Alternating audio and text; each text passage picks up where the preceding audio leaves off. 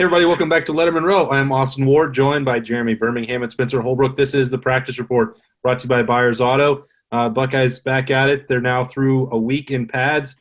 Today, the running backs met with the Ohio State Media Corps. Tony Alford talking about his position unit, as well as Master Teague and Trey Sermon, both coming off injuries, both fighting to be that lead running back. I think there's nowhere else to start but the health of Master Teague.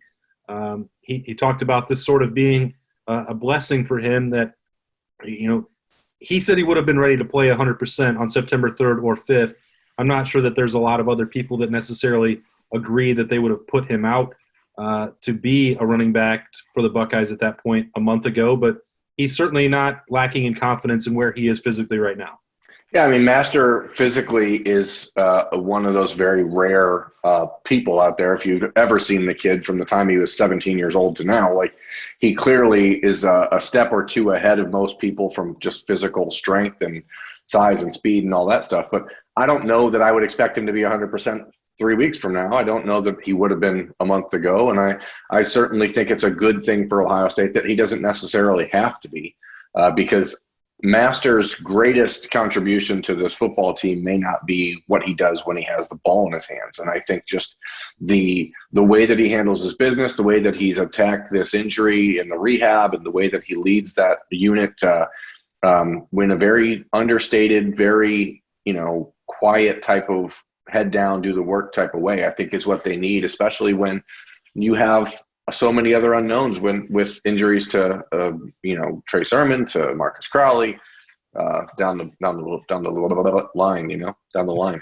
Yeah, I'm not trying to rain on Master Teague's parade or anything like that. I just think we've seen this before with Tuff Borland and Justin Hilliard, who've gone through these injuries where it is really hard to get back. He tore his Achilles in March, and now it's October 6th. The fact that we're even seeing him go through practice is remarkable all on its own. But, a player to be confident and say that they are ready and they will do anything for a team, that's expected. Both of those other two guys said the same thing. But when Tony Alford is asked about it and he's saying, I'm not a doctor, is he ready to do 60 or 70 high speed, full intensity, snaps in a game? He's tapping the brakes on that, say maybe not quite yet. And that's, I just think that that's important to keep in mind here because, Trey Sermon is certainly more than capable. Steel Chambers is coming on. We keep hearing a lot about Xavier Johnson, the walk-on. We saw him jumping out there and getting some reps with Justin Fields in the ones on Saturday. Again, that was just a small period of practice, but Ohio State doesn't have to put Master Teague out there, Spencer, until they are certain that he's 100% ready. Well, I wonder if his 100% is like a new definition of 100%, because you can be feeling 100% fine, feeling great, not have any pain in that, and be 80% of what you were last year or 75% of what you were last year. So I think the bar for that 100% might have to be changed a little, because when we think of Master Teague at 100%, we think of a downhill runner, but we don't know what kind of speed he's going to be at coming off an Achilles injury. So I just wonder if he feels fine and feels great, but he's not quite up to where he was before the injury. I wonder if the 100% we're thinking of are different, if that makes sense. But I do think, I think Trey Sermon is the answer for this offense in the meantime until Master Teague, they 100% trust that he can be the guy. I think Trey Sermon is the perfect answer for this offense.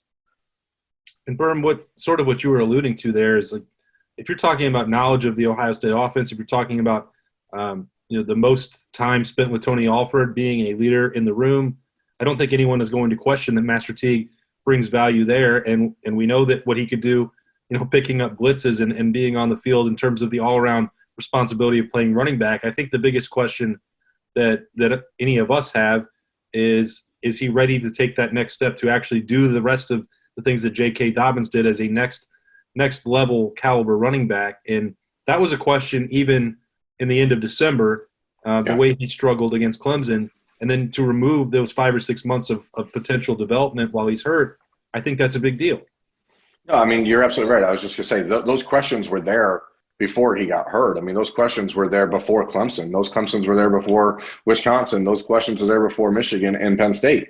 Master Teague missed time leading into last season as well. There was injuries that slowed him down. So you wonder, is he going to be a guy that you're going to be able to rely on to get to that bell cow type back? And I don't know that he's going to be, but again, I think that the benefit of what Ohio State has, not just bringing in Trey Sermon, but the explosiveness of a guy like Steel Chambers, who, when he got the opportunity, was starting to pound some yardage out.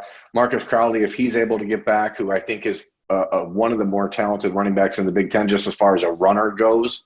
That was a player of the year in Florida as a senior in high school. And then you have Mayan Williams, who, again, I said on this show or one of our shows back in February, I thought he was going to end up being the starter at running back for Ohio State this season. That was before Trey Sermon transferred in. So I think that there's an opportunity there for the Buckeyes to really do a running back by committee, which I don't think is ideal in a normal scenario. I believe that you need like an every down back to really lead the way. But with the receiving group that the Buckeyes have, with Justin Fields as dynamic as he is throwing and running, I think that you can get by with a running it back by committee approach. And whether or not Master Teague is ever going to get to be that J.K. Dobbins type, I'm not up. J.K. Dobbins might be the best running back in Ohio State history. So, I think the expectations are maybe a little too high. Not everyone can be Ezekiel Elliott and J.K. Dobbins. It was also interesting I put it to Tony Alford this way. If he had known in March, the timeline for Marcus Crowley being hurt last November with the knee injury and Master Teague with the Achilles in March, if you would have been surprised that Master would be closer to playing this year than right now Marcus Crowley is, and he'd say, yeah, of course. So he kind of slipped it in there that Marcus Crowley had something else that they needed to address coming into this training camp, where he's not quite 100%, but they expect him to be available at some point.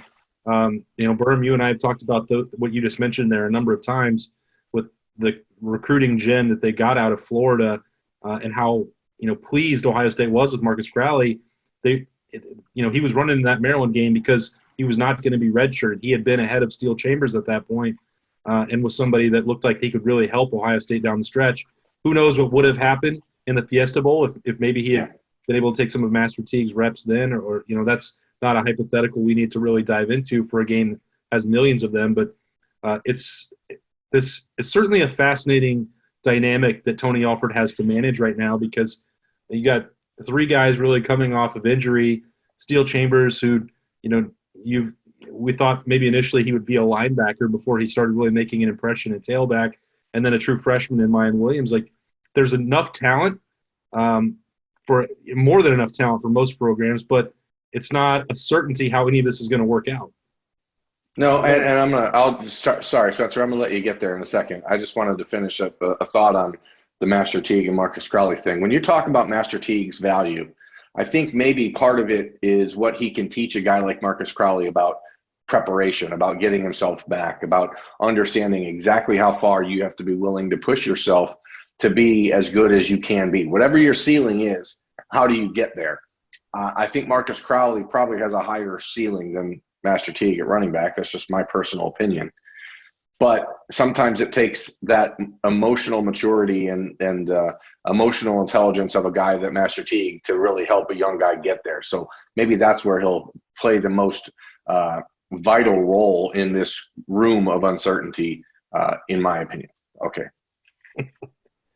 Yeah, I think one thing about the running back room that kind of got overlooked today when we talked to the running backs is there's a baseline. I guess the floor is pretty high no matter what running back is in there, just because of how good this offensive line is going to be.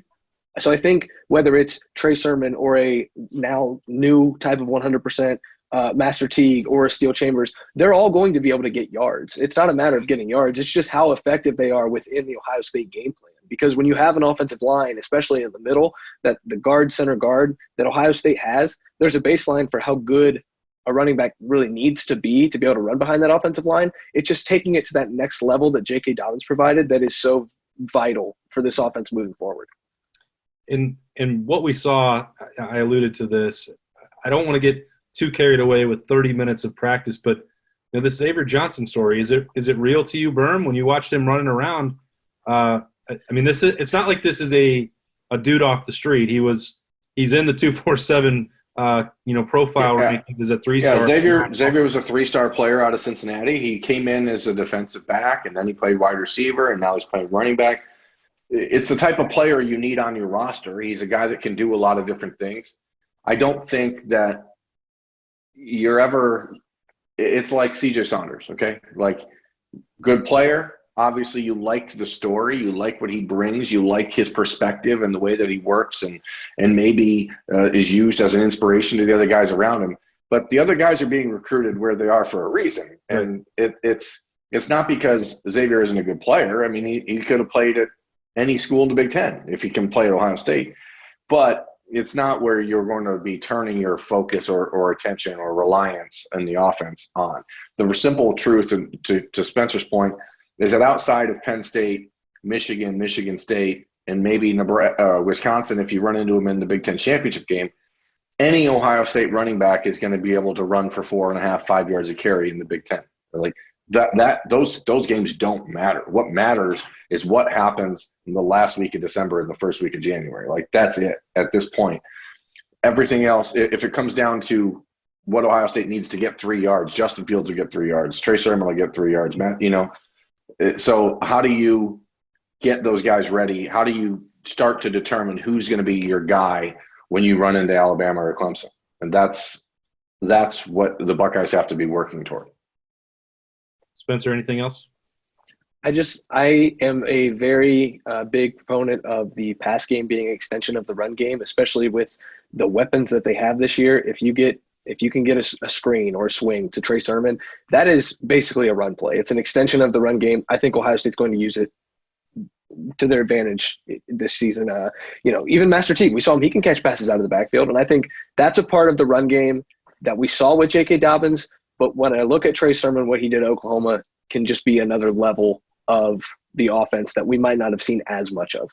Yeah, it's interesting the way we're talking about this unit and maybe one other on this team where it's certainly not weak by any stretch of the imagination, but they have questions that we're uncertain about how they are going to play themselves out.